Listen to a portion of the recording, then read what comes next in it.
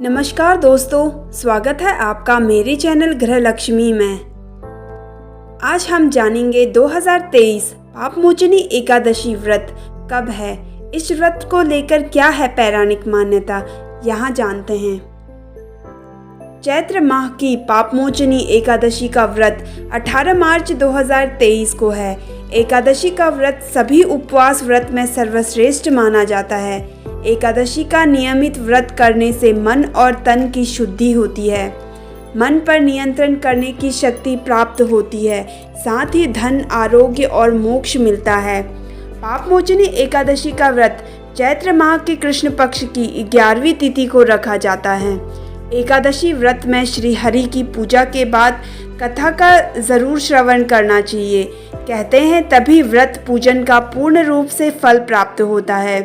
पापमोचनी एकादशी व्रत के परिणाम स्वरूप व्यक्ति हर तरह के पाप से मुक्त हो जाता है। आइए जानते हैं पापमोचनी एकादशी व्रत पूजा का मुहूर्त और कथा। पापमोचनी एकादशी व्रत का शुभ मुहूर्त। पापमोचनी एकादशी व्रत 18 मार्च 2023 शनिवार को मनाई जाएगी। पापमोचनी एकादशी तिथि के शुभ मुहूर्त की शुरुआत 17 मार्च को रात 2:06 पर शुरू होगी और 18 मार्च को सुबह 11:13 पर इसका समापन होगा। उदया तिथि के अनुसार पापमोचनी एकादशी का व्रत 18 मार्च को रखा जाएगा।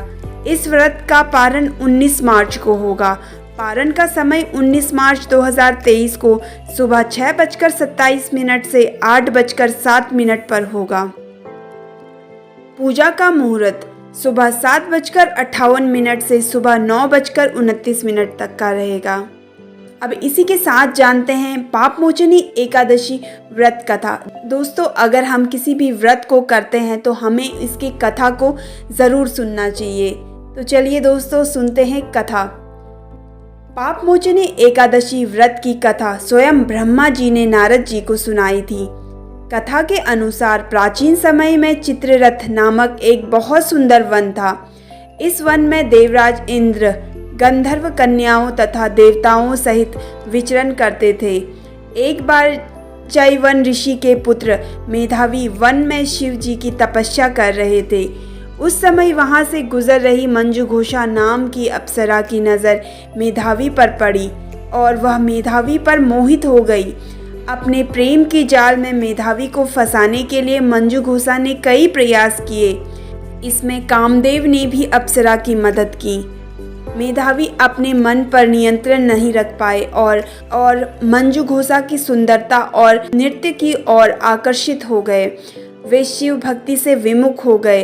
इस तरह मेधावी मंजुघोषा के साथ रति क्रीड़ा में 57 साल तक लीन रहे।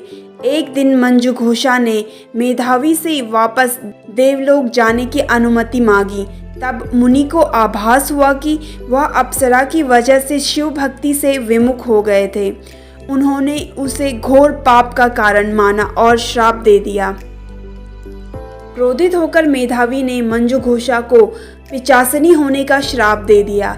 अप्सरा को अपनी गलती का एहसास हुआ और वह मेधावी से क्षमा याचना करने लगी।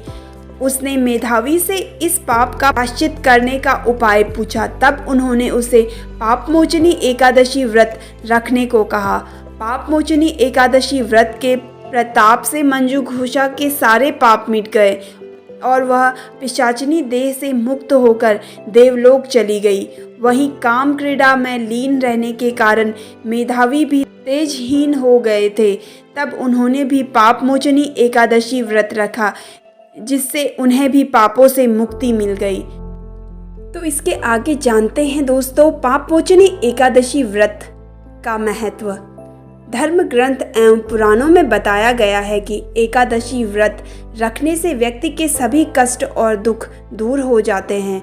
वहीं पापमोचनी एकादशी व्रत रखने से अनजाने में हुई गलतियों से साधक को छुटकारा मिल जाता है और उसे सहस्त्र गोदान यानी कि 1000 गोदान के समान पुण्य की प्राप्ति होती है।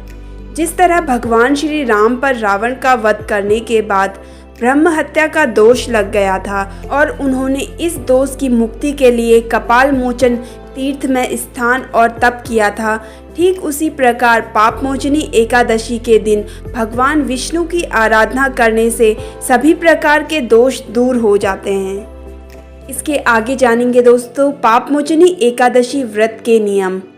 शास्त्रों में बताया गया है कि जाने और अनजाने में किए गए पापों से मुक्ति प्राप्त करने के लिए साधक को पाप मोचनी एकादशी के दिन निर्जला उपवास रखना चाहिए।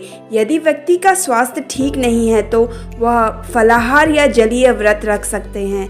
निर्जला उपवास करने से पहले दशमी तिथि के दिन सात्विक आहार ही ग्रहण करना चाहिए और एकादशी तिथि के दिन भगवान विष्णु की उपासना विधि विधान से करनी चाहिए। शास्त्रों में यह भी बताया गया है कि पाप मोचनी एकादशी के दिन रात्रि जागरण कर भगवान विष्णु की उपासना करने से साधक को इस जन्म के साथ साथ पिछले जन्म के पापों से भी मुक्ति प्राप्त हो जाती है।